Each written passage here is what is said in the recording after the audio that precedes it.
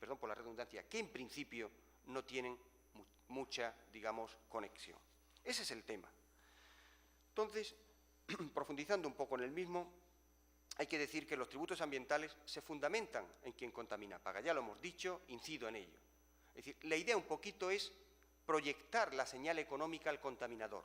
Usted contamina, usted tiene que recibir una señal jurídica de que usted tiene que hacerse responsable de la externalidad del coste ambiental que usted ha provocado. Para que usted sea consciente que lo que usted está haciendo conlleva unos costes, además, ambientales, que merman la calidad de vida.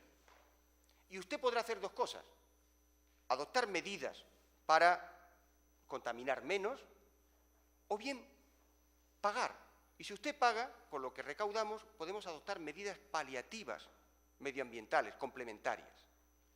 Ese es el tema, se fundamenta en ello. Por tanto, hay que ordenar el tributo de acuerdo con el principio de capacidad económica. Porque si tú no ordenas el tributo de acuerdo con el principio de capacidad económica, el tributo no puede cumplir sus fines, es decir, no se puede denominar ambiental, no podría cumplir sus fines. Es decir, si yo califico como tributo ambiental un tributo que hace tributar a las empresas contaminadoras en función de la renta que obtienen, las empresas no tendrán ningún desincentivo para dejar de contaminar. Tal vez lo tendrán para dejar de obtener rentas, porque la señal económica que le llega a la sociedad es: contamine lo que contamine, lo que va a determinar que yo pague ese tributo es la renta que yo obtengo. Entonces, el tema de la contaminación a mí no me interesa. Me interesa controlar el tema de la renta. Entonces, el diseño tiene que ir, como hemos dicho, configurado de raíz a copa del árbol desde el punto de vista del principio quien contamina paga. Primero, sujetar esa actividad y hacerle tributar en función de las externalidades que usted provoca, porque eso es lo que te hace recibir la señal. Claro, eso evidentemente el tributo ambiental lo convierte en un tributo de justicia conmutativa, de una solidaridad en cuanto contribuimos a una causa común, que es el sostenimiento de los gastos públicos, pero con una solidaridad que no es redistributiva, sino que es retributiva. Yo pago en función de lo que genero, de lo que gasto, de lo que provoco, del gasto que provoco. Si eso es así, y es tal cual, evidentemente, luego viene la segunda parte, el principio de capacidad económica. Es decir, es un principio inexcusable. No es el principio exclusivo y excluyente de justicia que en época fue, pero es un principio inexcusable, establece una exigencia lógica. Yo no puedo hacer tributar a nadie, no le puedo exigir un tributo si esa situación a la que yo conecto la obligación tributaria no se relaciona con una manifestación de fuerza económica. Eso es una idea no ya jurídica, eso, como dijo Palau Taboada en España, está en la naturaleza de las cosas, de donde no hay, no se puede sacar. Y por tanto es un principio fundamental. Yo tengo que configurar el tributo sobre realidades económicas. Por mucho que usted contamine, si usted no lo hace desde una actividad económica, desde una titularidad de un patrimonio, que es una manifestación de riqueza, yo no puedo exigirle que usted pague.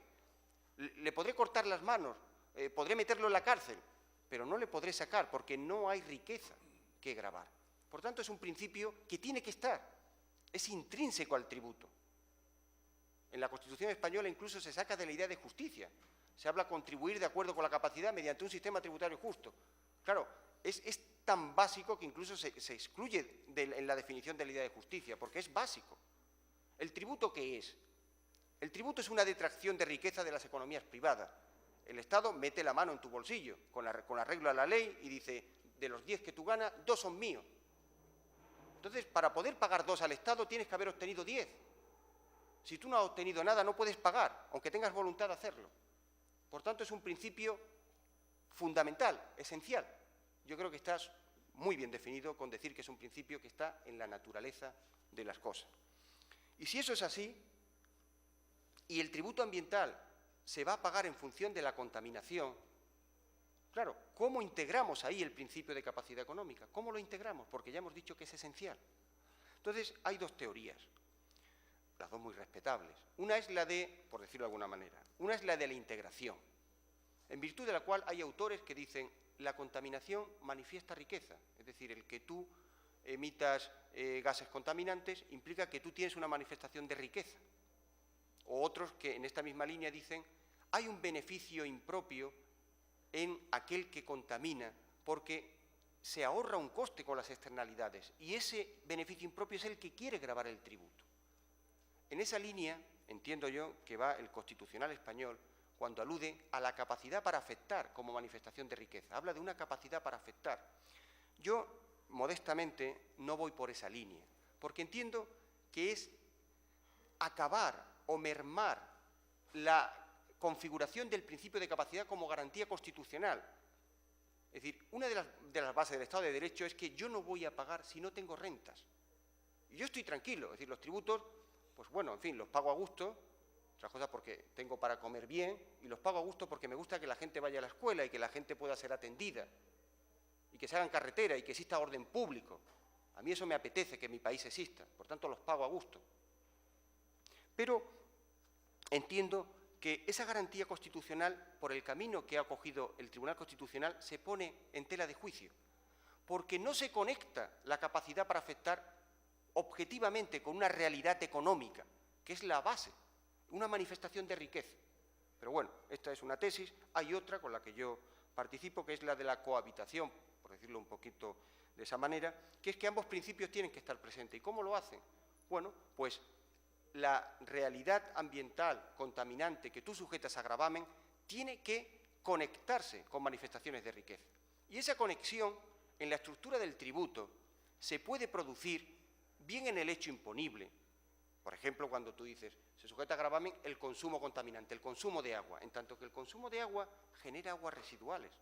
Por tanto, no solo tienes que pagar porque es un bien que estás utilizando, sino también porque ese consumo automáticamente, una vez que abres el grifo, se convierte ya en agua residual. Y eso conlleva unos costes, que lo generamos nosotros. Y, por supuesto, la industria que la utiliza. Entonces, se puede conectar en el hecho imponible, y el consumo es una manifestación de riqueza. Tú pagas una renta, tú sacas de tu bolsillo un dinero para consumir, por tanto, ahí hay riqueza.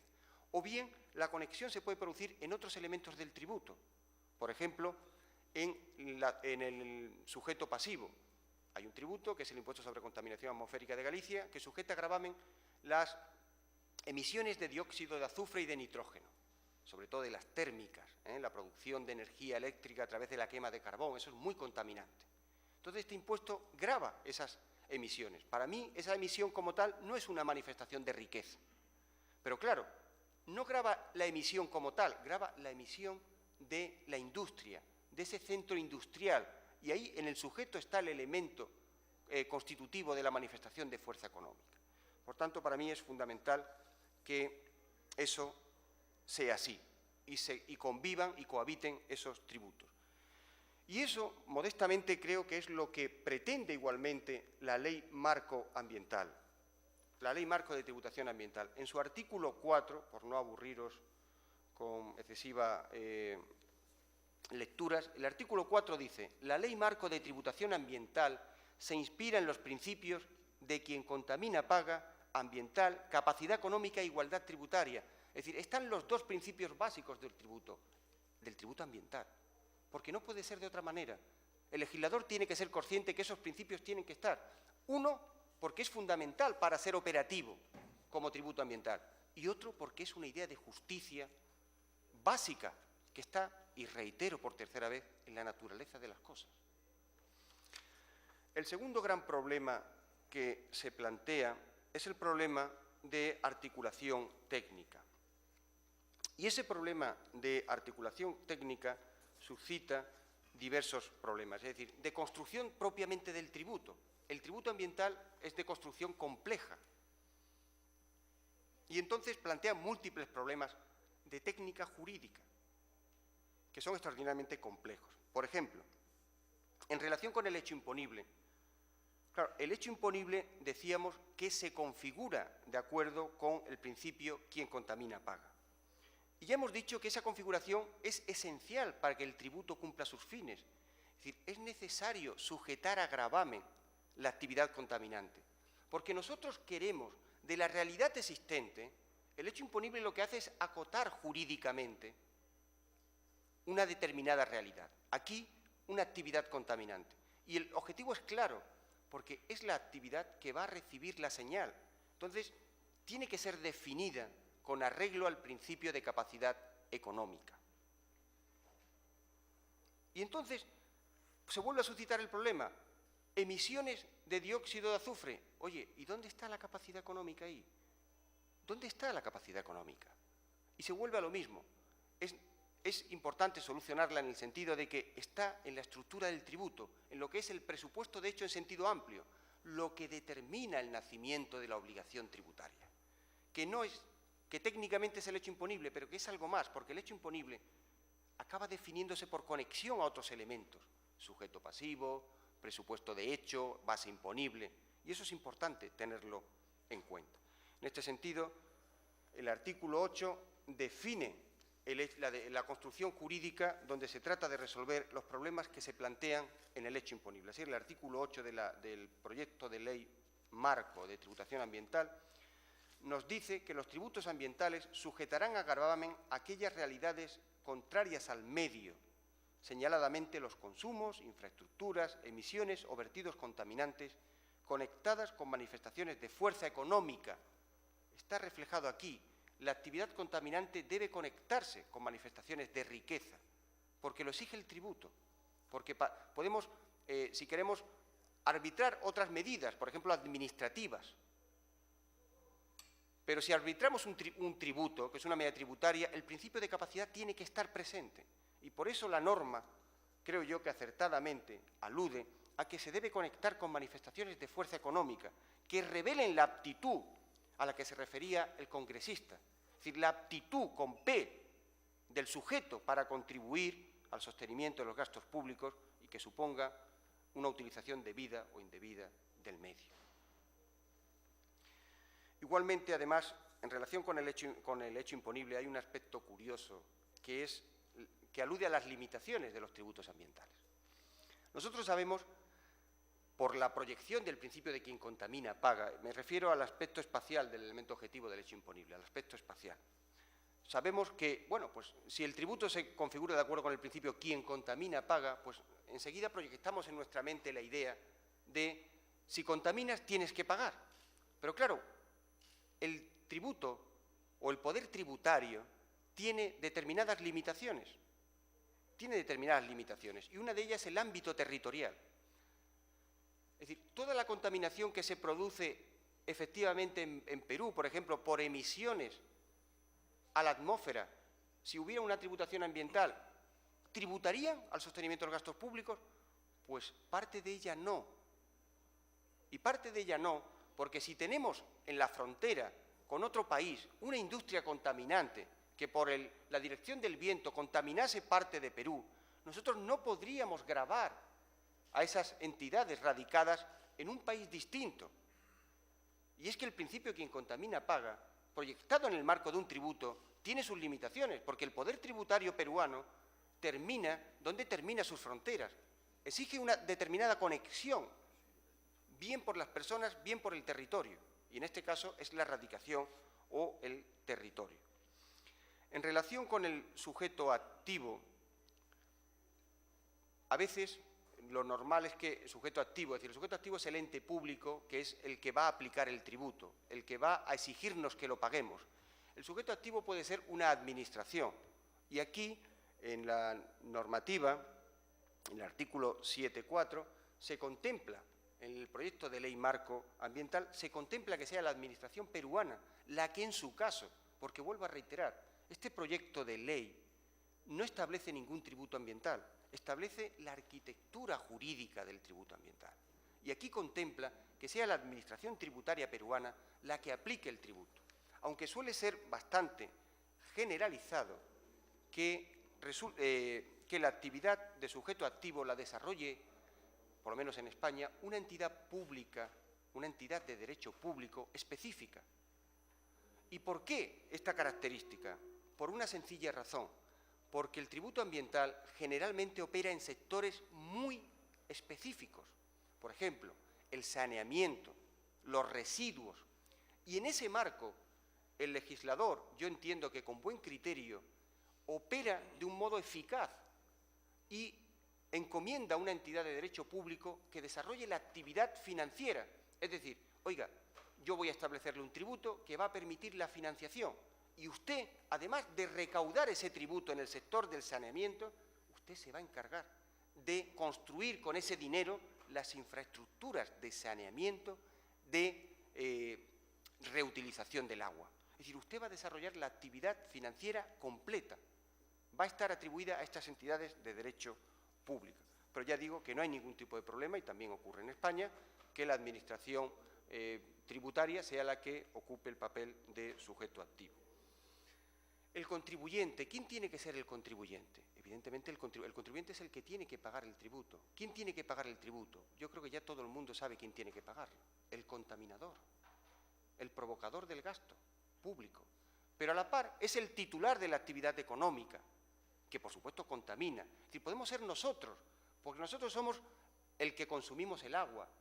Nosotros somos el propietario de la vivienda en la que se realizan los vertidos al alcantarillado público. Y, por supuesto, el titular de una empresa térmica que realiza emisiones contaminantes. Es el contaminador y, a la par, titular de esa actividad económica. A veces ocurre que se quiere gravar, el legislador quiere gravar al consumidor, quiere configurar como contribuyente al consumidor. Porque, por ejemplo, en la utilización de los hidrocarburos, en fin, en la gasolina que echamos en nuestros vehículos, claro, nosotros contaminamos. Pero ¿cómo articular un tributo? Vamos a poner al perdón. Vamos a poner al gasolinero a cobrarnos el tributo. Pues no parece que pueda ser una aplicación lógica. Entonces, se hacen unas articulaciones del tributo distintas. Entonces, se establece que el hecho imponible sea la producción o distribución de esos hidrocarburos. Pero claro, estos no son los que contaminan. Cepsa o Repsol no es la que contamina en ese marco. El que contamina somos nosotros con nuestros vehículos. Entonces, el principio quien contamina paga. En esos casos, lo que exige es repercutir. Es decir, que la estructura jurídica del tributo incorpore el deber de repercutir para el contribuyente. El contribuyente repercute y al final nosotros cuando echamos gasolina no solo pagamos el bien que metemos en nuestro coche, sino también el impuesto, que está encaminado a desincentivar el despilfarro y también la financiación de finalidades públicas, ambientales, en el caso del petróleo. Hay otras veces donde lo que se quiere es gravar efectivamente a la actividad contaminante, a la actividad de fabricación. Y cuando el objeto del legislador es que tribute el empresario contaminador, no se puede permitir la repercusión. No se puede permitir la repercusión, porque si tú permites la repercusión, el que contamina no paga. Paga el consumidor, que no es el que contamina. Estamos hablando, por ejemplo, de la producción contaminante que se puede realizar por parte de estas empresas productoras. Si tú permites la repercusión, es que se produce una repercusión de hecho, económica. Muy bien, eso es mercado. Ya eso corresponde a otro negociado, al negociado de competencia. Yo, desde el punto de vista del tributo, lo que no puedo articular es un tributo que permita a ese contaminador repercutir, porque yo le quiero gravar a usted. Por tanto, no puedo permitir una estructura del tributo que repercuta al contaminador.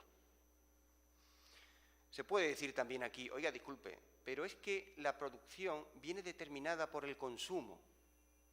Es decir, la oferta viene determinada por la demanda. Y es cierto, pero lo que no viene determinado por el consumo es el medio de producción, donde ahí hay una responsabilidad del empresario, del que desarrolla la actividad económica.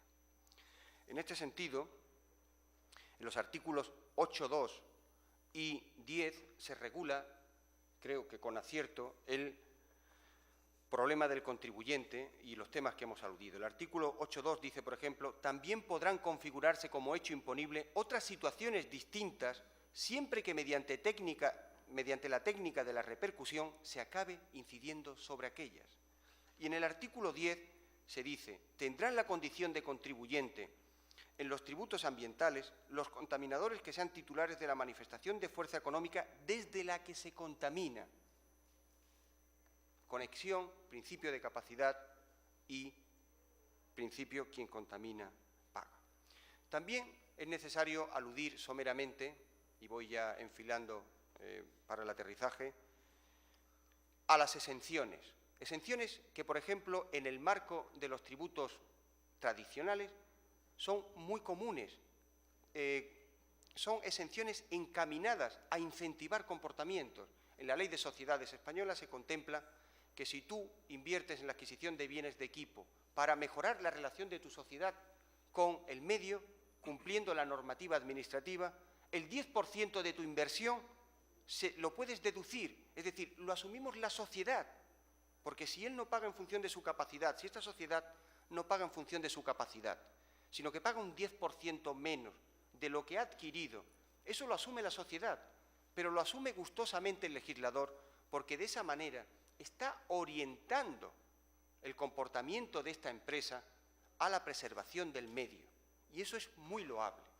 Luego también se pueden producir construcciones jurídicas que establezcan mínimos ambientales, es decir, por debajo de determinados niveles de contaminación no se tributa. Claro, ¿esto es una desigualdad? Claro, es una desigualdad, porque si yo como empresa contamino 10, tributo. Si yo contamino 4, no tributo. Oiga, porque a mí me tratan de modo distinto. Los dos somos empresarios del sector.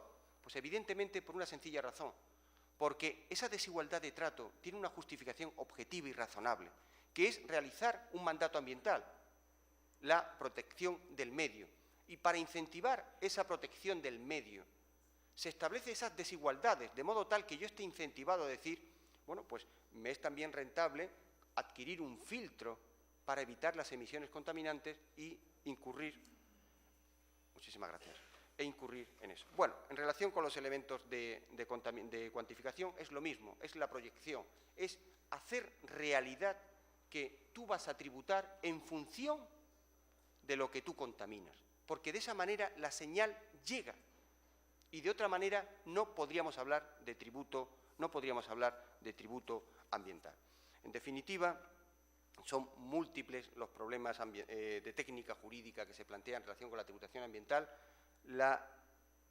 El proyecto de ley marco de tributación ambiental yo entiendo que es una buena respuesta a estos problemas, permite al ordenamiento, permitiría, en el caso de que el Congreso Soberano de la República del Perú tuviera bien su aprobación, permitiría contar con una herramienta jurídica moderna y de primer orden para lo fundamental, lo que ya en determinadas sociedades estamos percibiendo, que el medio ambiente es presupuesto de vida y es fundamental, pero no solo de vida, de calidad de vida, de economía.